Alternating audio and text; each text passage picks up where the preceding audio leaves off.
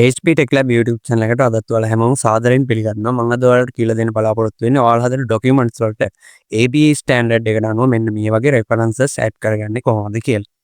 ඉතින් ඔයාලා අදම නම් මගේ වීඩියෝ එක බලන්නේ channel එක subscribe කරලා bell icon එකත් all දාලා තියාගන්න. එතකොට මම වීඩියෝ එකක් දාපු ගමන් ඔයාලගේ ළඟටම notification එකක් ගෙන්න ගන්න පුළුවන්.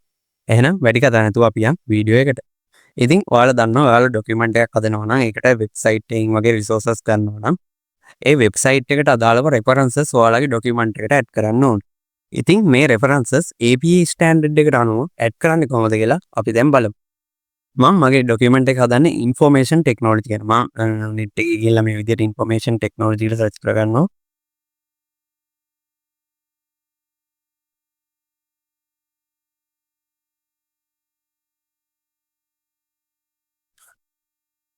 ඊට පස්සේ මම රිසෝසස් ගන්න මෙන්න මේ සයිට් එක යොදා ගන්නවා. මේ සයිට් එකෙන් මම මෙන්න මේ කොටස මගේ ඩොකියුමන්ට් එකට ඇඩ් කරගන්නවා. හරි මේ කොටස මගේ ඩොකියුමන්ට් එකට ඇඩ් කරගත්තා පස්සේ මේ සයිට් එකේ රෙෆරන්සස් මම මේ ඩොකියුමන්ට් එකට ඇඩ් කරගන්නවා. ඉතින් ඔයාලා මුලින්ම යන්න ඕනේ මෙන්න මෙතන උඩ තියෙන රෙෆරන්සස් කියන ටැබ් එකට. රෙෆරන්සස් කියන ටැබ් එකේ insert content කියන මෙන්න මේ උඩ එකපාරක් ඔයාලා ක්ලික් කරගන්න ඕනේ. මම ක්ලික් කරගෙන මෙතන තියෙනවා add new source කියලා. අන්න ඒක උඩ ක්ලික් කරා. එතන ක්ලික් කරාට පස්සේ මෙන්න මේ වගේ වින්ඩෝ එකක් තමයි ඔයාලට ඕපන් වෙන්නේ. මෙතනින් මුලින්ම අහනවා type of source කියලා. මේකෙන් අහන්නේ ඔයාලා resources set කරගන්නේ මොකෙන්ද කියන එක. මෙතන තියෙනවා website, report, book sections. එතනින් ඔයාලට ගැලපෙන ඔයාලා resources ලබා ගන්න එකට අදාළව මේක select කරගන්න. මම දැන් resources ලබා ගත්තේ website එකෙන් නිසා මෙතනින් website කියන එක දෙනවා. ඊට පස්සේ අහනවා author කවුද කියන එක. අපි දැන් site එකට ගිහලා බලමු මේකේ author කවුද කියලා. ඔයාලට මෙතනින් බලා ගන්න පුළුවන් author මෙතන උඩින්ම දාලා තියෙනවා written by කියලා. මම අන්න මේක මේ විදිහට copy කරගන්නවා. copy කරගෙන මගේ document එකට ගිහිල්ලා මෙතනින් add කරගන්නවා. මෙතන author තියෙනවා, corporate author තියෙනවා. corporate author කියන්නේ ඔයාලා resources ගන්න site එක මොකක් හරි organization එකකින් වගේ හදලා තියෙනවා නම් ඒකට add කරගන්න ඕනේ ඔයාලා corporate author කියන එක. දැන් මේකේ author කෙනෙක් නිසා මම මෙතන author කියන එකට මේ විදිහට ඒක paste කරගන්නවා. ඊට පස්සේ අහනවා මෙතනින් අහනවා name of web page. ඒ කියන්නේ web page එකේ name එක අහන්න. මෙතන web page එකේ name එක තියෙනවා what is information technology 2025 guide කියලා. මම අන්නේ copy කරගන්නවා මේ විදිහට. ඒක copy කරගෙන මගේ document එකේ මෙතෙන්ට paste කරගන්නවා. ඊට පස්සේ name of website. ඒ කියන්නේ website එකේ name එක අහන්න. website එකේ name එක ඔයාලට මේක මෙන්න මෙතනින් copy කරගන්නත් පුළුවන්. මේක copy කරගෙන එතනින් මේ විදිහට paste කරගන්නවා. ඊට පස්සේ අහනවා year එක. year එක site එකේ මෙන්න මෙතන තියෙනවා. මේක publish කරපු year එක මම ඒක copy කරගෙන මෙන්න මෙතනින් paste කරගන්නවා.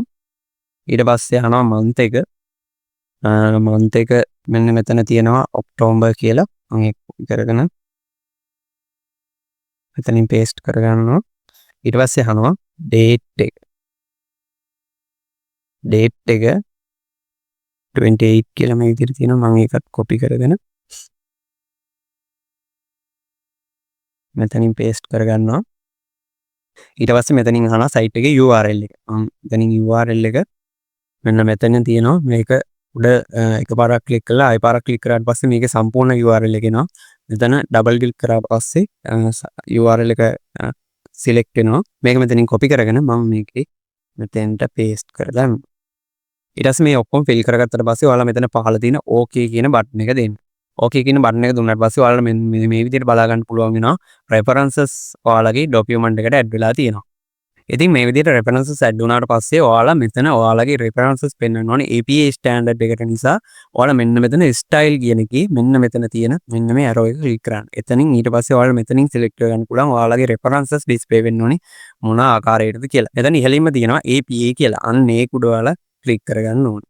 ඊට පස්සේ මෙතන මේ style වලට පාලින් තියෙනවා bibliography කියලා. අන්න ඒක උඩ ඔයාලා click කරගන්න ඕනේ. ඒක click කරාට පස්සේ මෙන්න මෙතන තියෙනවා references කියලා. අන්න ඒක උඩ click කරගන්න. ඊට පස්සේ ඔයාලට මෙන්න මේ විදිහට බලා ගන්න පුළුවන් ඔයාලගේ document එකට APA standard එක අනුව නිවැරදිව references add වෙලා තියෙනවා. references කීපයක් වුණත් ඔයාලට මෙන්න මේ ආකාරයෙන් මේ document එකට add කරගන්න පුළුවන්. ඉතින් අදත් වීඩියෝ එකේ අවසානයේට තමයි එලා තියෙන්නේ. වීඩියෝ හොඳ නම් වීඩියෝ එකට like එකක් දාන්න. references add කරද්දී මොකක් හරි ප්‍රශ්නයක් ඇති වුණා නම් පාලින් comment එකක් දාන්න. මේ වගේ interesting වීඩියෝ ඉස්සරහටත් බලන්න. channel එක subscribe කරලා bell icon එකත් all දාලා තියාගන්න. එහෙනම් ඊගා වීඩියෝ එකකින් ඉක්මනටම හම්බ වෙමු.